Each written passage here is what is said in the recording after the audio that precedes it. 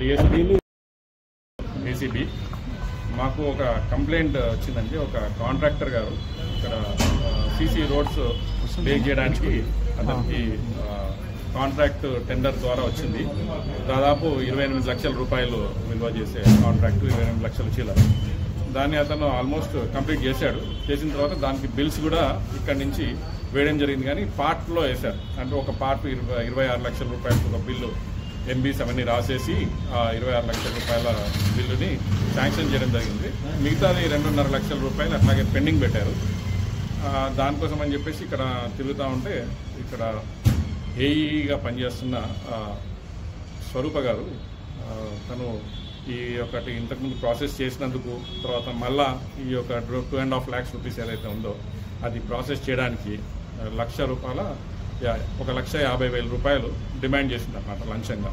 అట్లయితేనే ఇక మిగతా 2.5 లక్షల రూపాయలది నేను ప్రాసెస్ చేసి ఫార్వర్డ్ చేస్తాను, లేకపోతే చేయను అని చెప్పేసి చెప్తే అతను విధిలేక మా దగ్గర అప్రోచ్ చేయడం జరిగింది.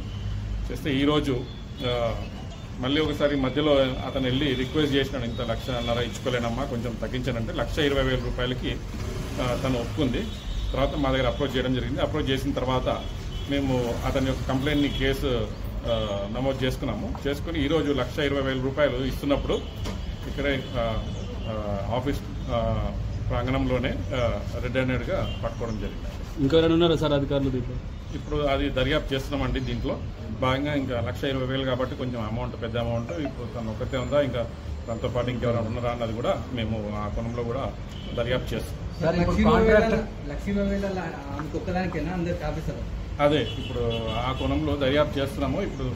ఇప్పుడే పడవడం జరిగింది. ఇంకా కొంచెం సమయం పడుతుంది. ఆ దర్యాప్తు దాంట్లో ఎవరున్నా కూడా ఎవరిని వదిలేది ఉండదు. అందరూ దాంట్లో కంపల్సరీగా ఆ దర్యాప్తులో భాగంగా అందరిపైన కూడా. కాంట్రాక్టర్ ఏం చెప్తున్నారంటే స్థానిక కార్పొరేటర్తో సహా డిమాండ్ చేసిందని చెప్పి చెప్తున్నారు. దానిపైన కార్పొరేటర్ పేరు కూడా వాడుకున్నది. కార్పొరేటర్ పేరు చెప్పి డబ్బులు ఇచ్చిన తర్వాతనే పనులు స్టార్ట్ చేసుకోవాలని చెప్తున్నారు. వచ్చిన కంప్లైంట్లో దిశగా మేము ఎంక్వైరీ చేస్తామండి. దీంట్లో ఏమి కంప్లైంట్లో వేరే ఏమి ఇన్ఫర్మేషన్ వచ్చినా కూడా దాంట్లో కూడా మేము దర్యాప్తు చేయాలి. మరి మీ తనిఖీల్లో టౌన్ ప్లానింగ్ మీద ఏమన్నా కంప్లైంట్స్ వస్తున్నాయి?